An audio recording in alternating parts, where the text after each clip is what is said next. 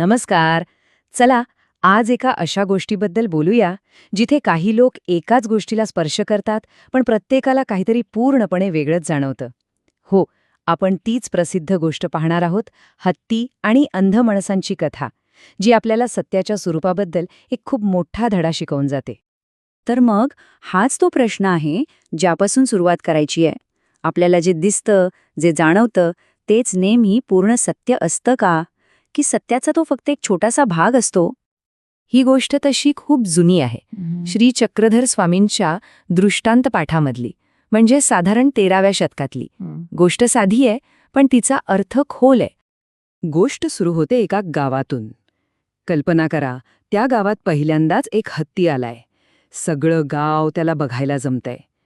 आणि या गर्दीत काही जन्मांध व्यक्तीही आहेत, ज्यांना उत्सुकता आहे की हा हत्ती नावाचा प्राणी नेमका आहे तरी कसा. आणि मग खरी गंमत सुरू होते. कारण प्रत्येक जण हत्तीला ओळखायला जातो, पण प्रत्येकाचा अनुभव येतो चक्क वेगळा. ते फक्त स्पर्शाने हत्तीला समजून घेण्याचा प्रयत्न करतात आणि त्यावरून आपापले निष्कर्ष काढायला लागतात. एकाने हत्तीच्या पायाला हात लावला आणि तो लगेच म्हणाला, "अरे वा, हत्ती म्हणजे एक मोठा गोल खांबच आहे." त्याला तर आपल्या शोधाची पूर्ण खात्री पटली होती. पण दुसऱ्याचा अनुभव पूर्णपणे वेगळा होता. त्याने सोंडेला हात लावला आणि म्हणाला, "नाही नाही, हा तर लांब, जाड आणि लवचिक आहे, एखाद्या मोठ्या मुसळ्यासारखा." तिसऱ्याने कानाला स्पर्श केला आणि त्याला तर काहीतरी वेगळंच जाणवलं. तो म्हणाला, "तुम्ही दोघंही चुकीचे आहात. हा तर एका मोठ्या सुपासारखा आहे, फडफडणारा."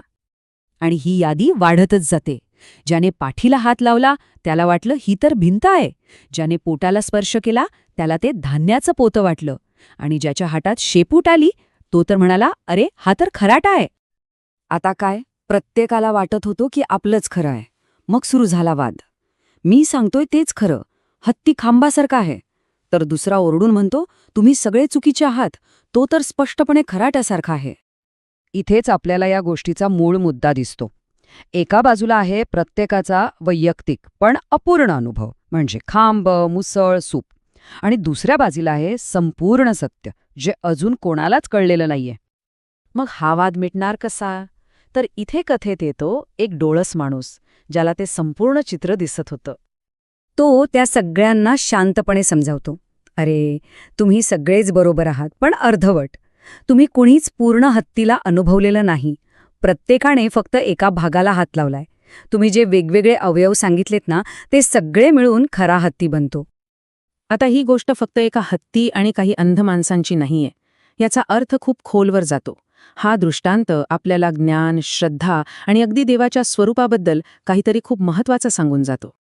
हे बघा, या गोष्टीतले आंधळे लोक म्हणजे कोण? तर ते म्हणजे आपण, म्हणजे सामान्य माणसं, ज्यांच्याकडे ज्ञान अपूर्ण आहे. हत्तीचे वेगवेगळे अवयव म्हणजे काय? तर सत्याचा किंवा ईश्वराच्या शक्तीचा एक एक पैलू. आणि संपूर्ण हत्ती म्हणजे तेच संपूर्ण सत्य किंवा देवाचं समग्र रूप. आणि तो डोळस माणूस, तो म्हणजे असा कोणीतरी ज्याला संपूर्ण ज्ञान प्राप्त झालं आहे. म्हणजेच काय, तर या कथेतील अंधत्व म्हणजे आपल्या ज्ञानाची मर्यादा. आपण स्वतःला कितीही हुशार समजत असलो तरी आपलं ज्ञान हे त्या हत्तीच्या एका भागापुरतंच मर्यादित असू शकतं. हीच अपूर्णता ही कथा आपल्याला दाखवते. ही गोष्ट 13व्या शतकातली असली तरी आजच्या काळात ती जास्तच लागू होते असं नाही वाटत. आपल्या आजूबाजूला होणारे अनेक वादविवाद समजून घेण्यासाठी ही कथा एक उत्तम साधन आहे. आजच्या जगातले हत्ती कोणते आहेत? विचार करा. माझाच धर्म श्रेष्ठ असं मानणं, किंवा माझंच राजकीय मत बरोबर असा हट्ट धरणं. आपला वैयक्तिक अनुभव हाच सगळ्या जगाचा अनुभव आहे असं समजणं. आणि सगळ्यात महत्त्वाचं, सोशल मीडियावर असे इको चेंबर्स बनवणं जिथे आपल्याला फक्त तेच ऐकू येतं जे आपल्याला आधीच पटलेलं आहे. तर मग यातून शिकायचं काय? संदेश अगदी सोपा आहे. वाद घालून आपलं अर्धवट सत्य दुसऱ्यावर लादण्यापेक्षा जर आपण सगळ्यांचे वेगवेगळे दृष्टिकोन एकत्र आणले तरच आपण त्या संपूर्ण सत्याच्या जवळ जाऊ शकतो.